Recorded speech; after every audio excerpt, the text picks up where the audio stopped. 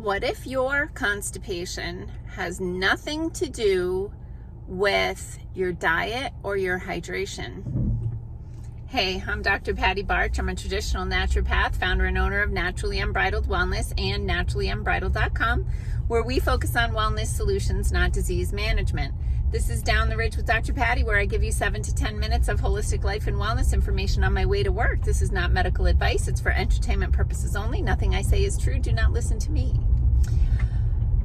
Today, I'm going to be talking about pelvic floor. And full disclosure, this is not my area of expertise. However, I have some respected colleagues who have done a great job educating me about some of the things related to pelvic floor and pelvic floor dysfunction, to the point that I can at least recognize if the pelvic floor might be a contributing factor to something that my client is dealing with. So, first of all, shout out to 2 local practitioners, Dr. Jill O'Brien of O'Brien Physical Therapy, who was the first practitioner to introduce me to the role of the pelvic floor in everyday functions, and also Dr. Erica Boland of Cooley Health and Midwifery in West Salem, who I've done some workshops and education with as well. So first of all, what is the pelvic floor? Nutshell answer, it's the group of muscles at the base of the torso that kind of hold everything in place.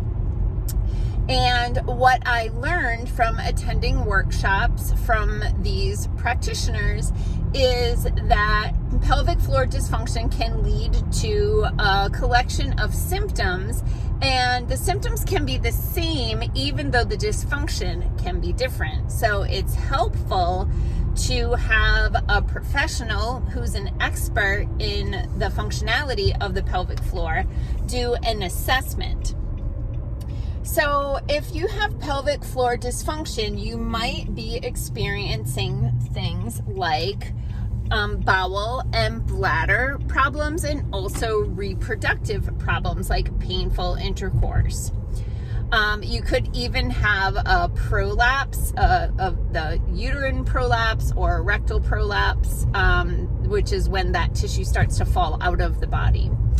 The pelvic floor muscles can be out of balance in that they're not contracting and relaxing appropriately. Some people can have pelvic floor muscles that are too tight all the time and they can't relax.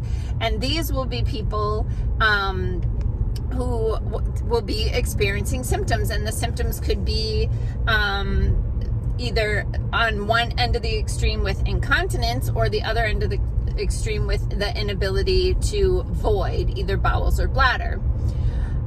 So the muscles can be too rigid, which at one point they'll get exhausted and let go. So I remember years ago a client messaging me that her sister was at the photocopier at work and her bladder just let go, and they were like, of course, freaked out, like, for a multitude of reasons.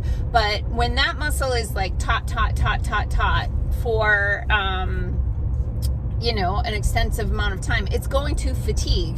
Imagine holding your arm out and holding a pile of books on your arm. At some point, your arm is just going to go ugh and just let go, and that's probably what happened to my client's sister. But the other thing that can happen is the muscles can be too weak, so there's no tone to those muscles. Now, if you're not working with a pelvic floor expert, you might get good advice, bad advice, or ill-educated good advice. So here's what I mean. If the person isn't an expert in pelvic floor, they might just tell you to do Kegel exercises. And Kegel exercises may be beneficial for a lot of people, but if your pelvic floor is too tight, too taut, too strong, too rigid, strengthening that muscle more is probably not the solution for you. For the people who have a weak pelvic floor, Kegel exercises might be part of a restorative therapy plan.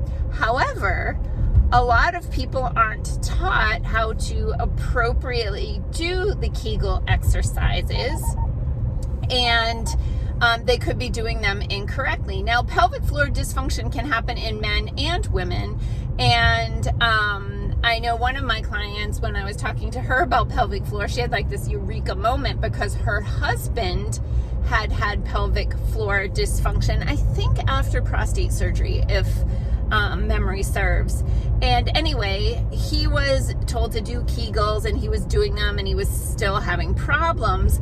And then he got a new pelvic floor specialist physical therapist who evaluated his Kegel exercises, realized he was doing them wrong, taught him how to do them correctly, and he got a lot of improvement really fast.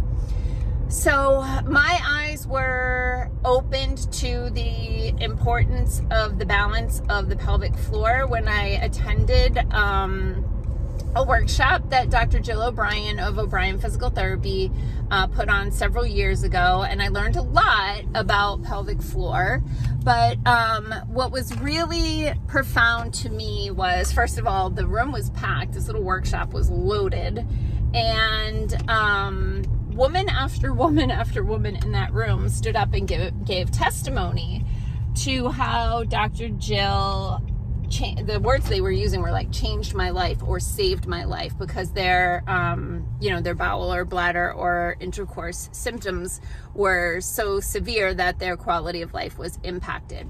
So again, I'm just kind of putting it out there like, hey, if you're having any issues down there, it might be worth your while to see a pelvic floor specialist, either, like midwife, physical therapist, that sort of thing, that specializes in those areas, to see if that is in fact contributing. So shout out to O'Brien Physical Therapy in La Crosse and Cooley Health and Midwifery in West Salem. Peace out, peeps. Have a healthy day.